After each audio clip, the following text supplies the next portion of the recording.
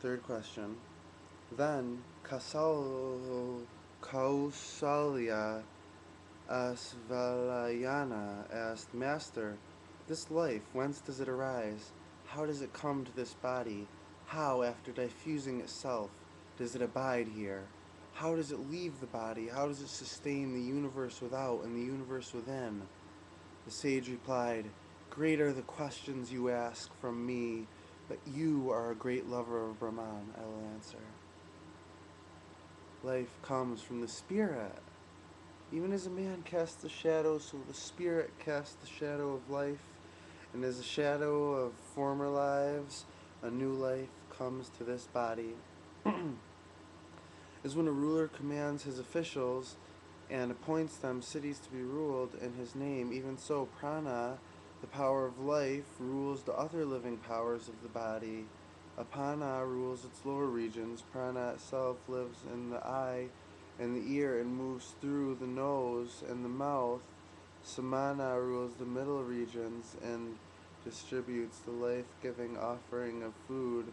From Samana come the seven flames. In the heart dwells the Atman, the Self. It is the center of 101 little channels. From each of one of them come 100 channels more. 72,000 smaller channels branch from each one of these. In all these millions of little channels moves the power of Vijnana. Rising by one of them, the living power of Udana leads to the heaven of purity by good actions, to the hell of evil by evil actions, and if by both, again to this land of man. The sun is prana, the life of this universe, and he rises, giving joy to the life in human eyes. The divinity of the earth rules the lower regions of Apana. Between the sun and earth there is space, or samana. Air is Vijnana, fire is Udana. When that fire of life is gone, senses are absorbed in mind. When man comes to life again, his last thoughts lead him to prana, and accompanied by the living fire of Udana and led by Atman, the spirit himself, he goes to the regions deserved and desired in imagination. He who thus knows the meaning of life, his offspring never dies and attains life everlasting.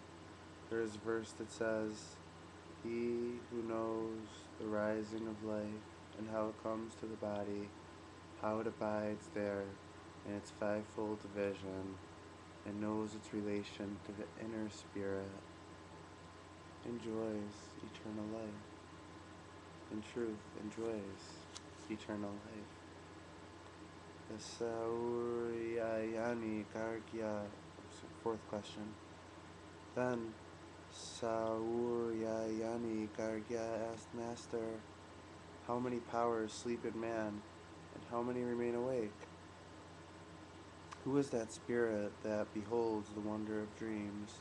Who enjoys the mystery of sleep with no dreams?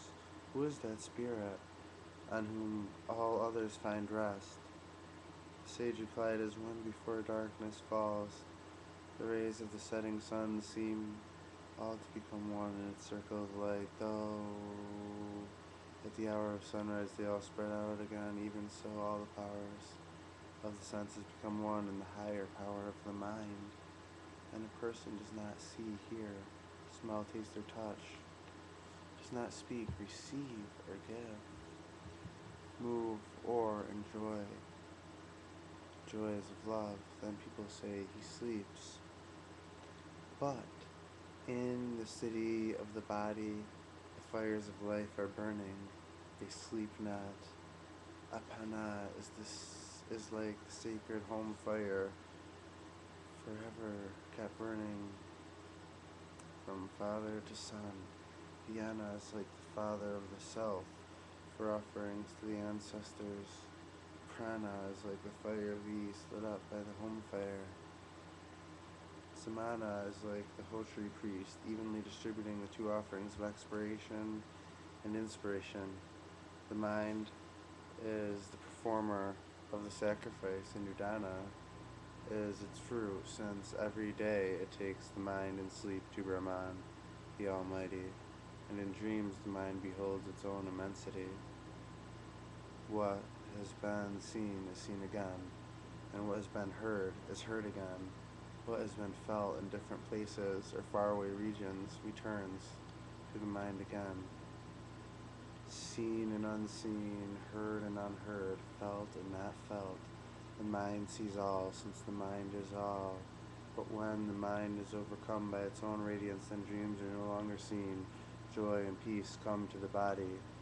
Even as birds, O beloved, return to their tree for rest, thus all things find their rest in Atman, the Spirit Supreme. All things find their final peace in their inmost self, the Spirit.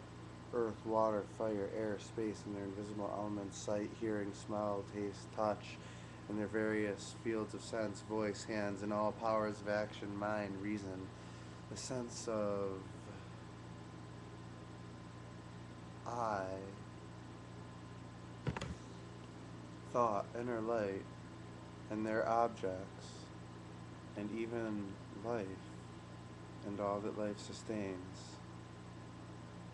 It is the spirit of man who sees, hears, feels, perfumes, touches, and tastes, thinks, and acts, and has all consciousness in the spirit of man.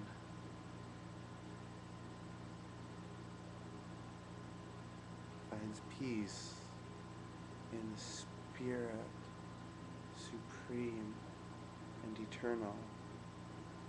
He who knows, O my son, that eternal Spirit, incorporeal and shadowless, luminous and everlasting, attains that eternal Spirit. He knows the all and becomes the all. A verse there is that says, He who knows, O my beloved, that eternal Spirit, wherein consciousness and senses, powers of life, and the elements find final peace, knows the all, and has gone into the all. Fifth question. Then Saibya Satyakama asked, Master, that man who until the end of his life rests on in his meditation, where does he go after life? The sage replied, the word Aum, O Satyakama, is the transcendent and the immanent Brahman, the Spirit Supreme. With the help of this sacred word, the wise attains the one or the other. Om or Aum has three sounds. He who rests on the first, his meditation is illuminated thereby, and after death returns speedily to this world of men, led by the harmonies of the Rig Veda. Remaining here in steadiness, purity, and truth, he attains greatness. And if he rests in his mind in meditation on the first two sounds, he is led by the harmonies of the Yaur Veda to the regions of the moon. After enjoying their heavenly joys, he returns to earth again. But if with the three sounds of the eternal